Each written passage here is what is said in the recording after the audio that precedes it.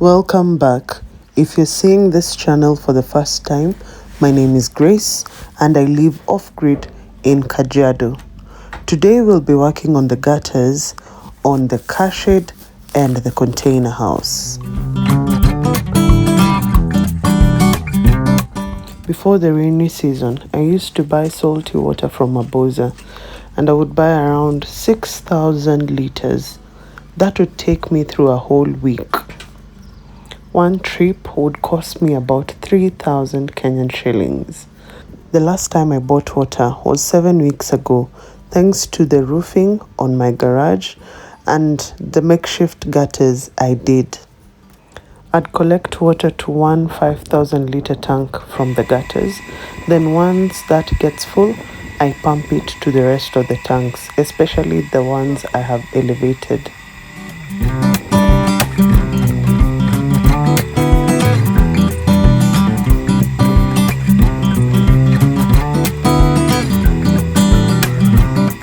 If you're thinking of homesteading, your most important and most urgent investment will be a water storage.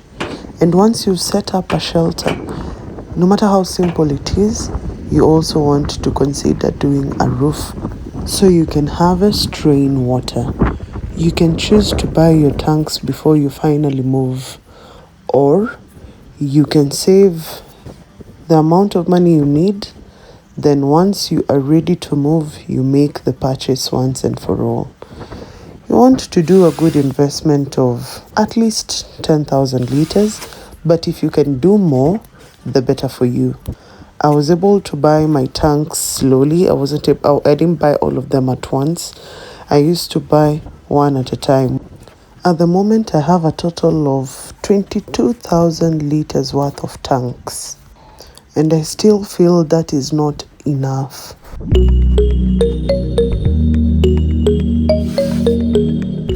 For this roof and the garage, I needed 4 gutters and 1 drop pipe. And it took me a total of 6 hours to do both this roof and the garage roof.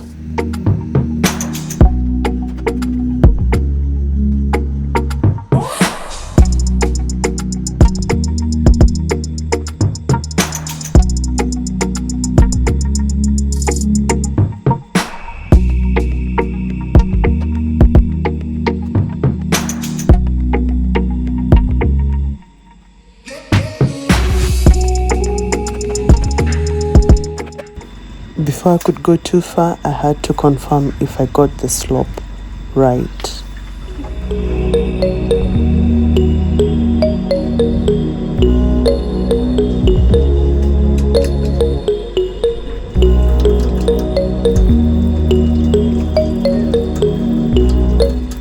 Today I'm not doing this project alone. I got help.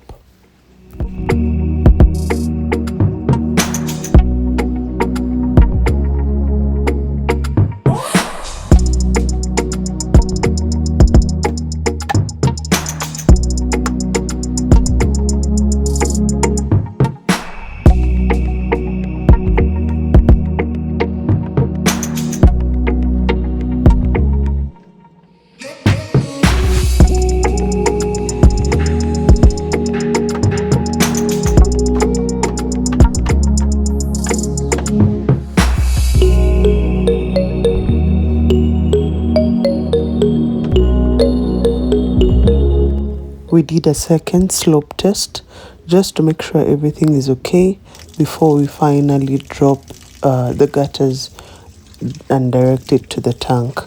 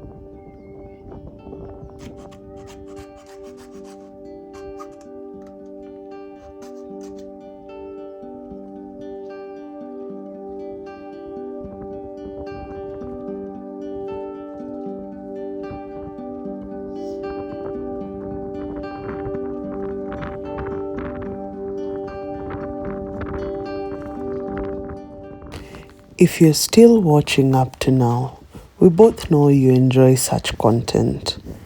So please, don't watch this video and forget to leave a comment. When you leave a comment, I know exactly what you want me to make content on, and I also get to see if my content is helping you in any way. Also, if you like watching this video, please don't forget to share. Share it with someone who might benefit from what I share in these videos. Also, don't forget to subscribe to this channel. I'd want to see these numbers grow. That's my biggest motivation, and that helps me in creating more of these videos for you guys and for people who'll benefit a lot by watching this. Also, don't forget to let me know how much you like this video. You can say it as simply as just leaving a like.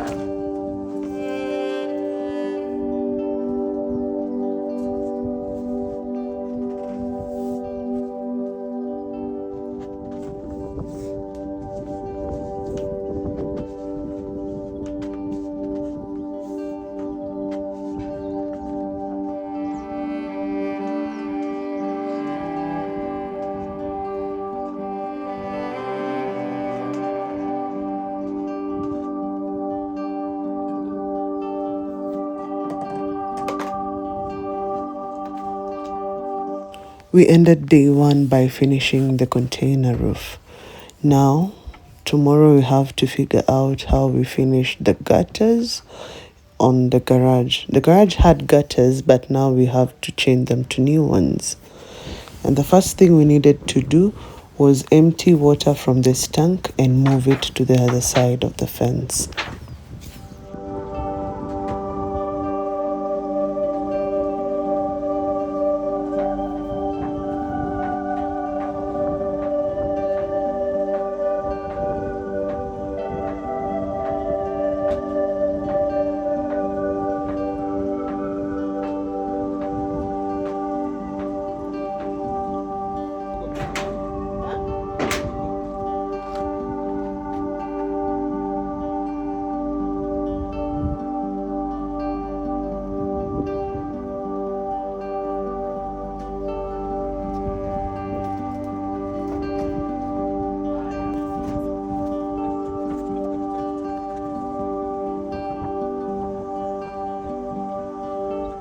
When I moved from the previous location, I literally moved with everything I had bought.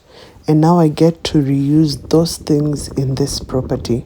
So for the base of that tank, we are going to use paving stones that I had used in the previous location.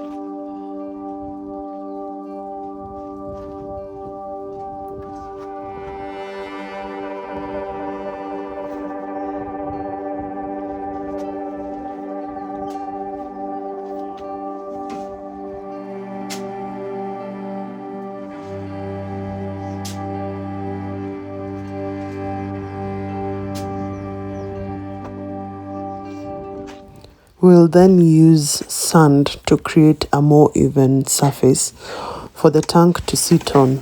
This is to avoid cracks or leakages from the base of the tank. It's a common warning placed on most tanks that you have to create a flatter and more stable base to even out water pressure. And that's also how long your tanks will last depends on how well you do the base of your tank. Some people do a full slab, but I'm yet to decide if this is the final location for that tank. So I don't want to do something very permanent, just in case I choose to move the tanks later.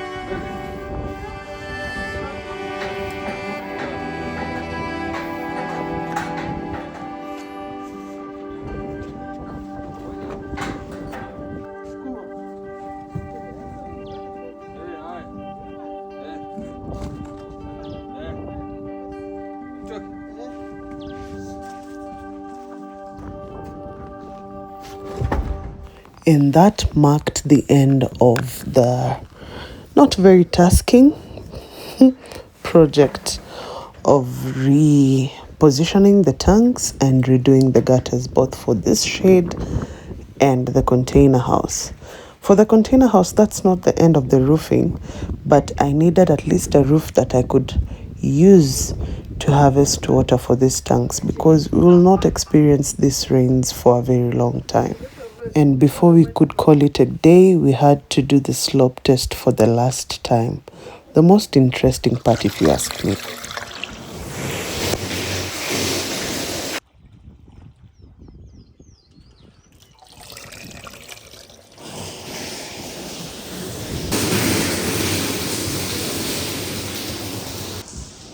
There is no better feeling than the one you get when you finally finish a project you have been thinking about and working on for a while.